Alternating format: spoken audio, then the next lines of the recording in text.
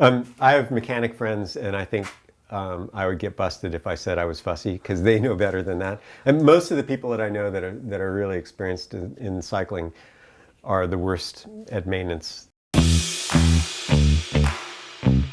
Well, here we are in the hallowed turf of Keith Bontrager's very own workshop. Keith, you'll know, is the engineer at large at Trek Bikes, and a man with your own name on components and a 45-year history with wheeled vehicles, engineering and physics. Yep. And physics. Right, here are Keith's top workshop tips for you.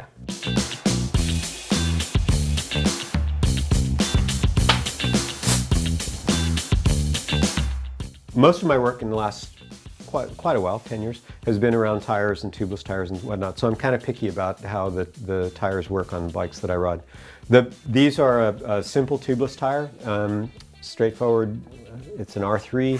We use a sealant in the tire. I am making up my own custom sealants most of the time because I like to experiment and because it's a hassle getting sealants from the shop sometimes. I could give you the formulas, but it's just a mixture of water and ethylene glycol or propylene glycol and latex sealant. You can buy that all at local shops. Throw in some cornmeal or some other sort of coagulant material and you're done. That's about all there is to it. Just make sure they're pumped up before you ride and away you go. I can't believe you did that without flinching, Keith. That's impressive. My last 6 months of theoretical work has been trying to understand the details of what happens around the contact patch of a tire. And if you wanted to really bore your viewers, we could go into the details of what that means. But the car guys have it figured out, bicycle guys not so much. And so I'm trying to fill in some of the gaps. And basically to make it a rational process. Okay, I weigh this much, I like to ride on these kinds of roads, this is the sort of range of pressures that would work. My friend weighs 20 kilos more or 20 kilos less, the pressure should be different by this much, that kind of thing.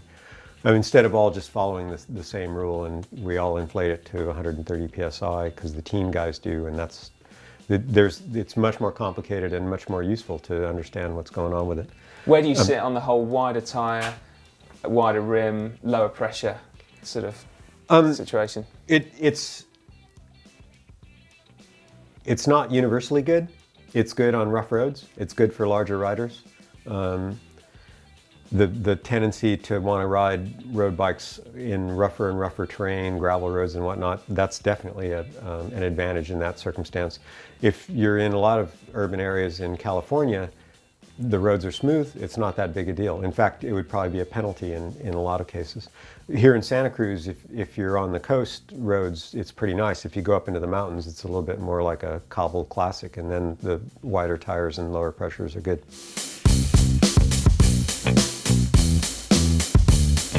I have mechanic friends, and I think I would get busted if I said I was fussy, because they know better than that. And most of the people that I know that are really experienced in cycling are the worst at maintenance as they can be. They know in real time what's going on with their bike. They can work around the issues. They know when they have to stop because something's really going wrong. With road bikes with internal cables, it's really an issue, because if you decide you're going to recable a bike, that's what you're going to do that day, you know, and it's tricky. You have to really follow the directions to get it right. So I'm pretty careful when I wash bikes, and I'm pretty careful to keep cables lubricated and to try to milk each maintenance interval as long as I can. And occasionally I'll ride bikes that don't really work right and just live with it. You know, whatever gear you're in, as long as it's working, just keep going.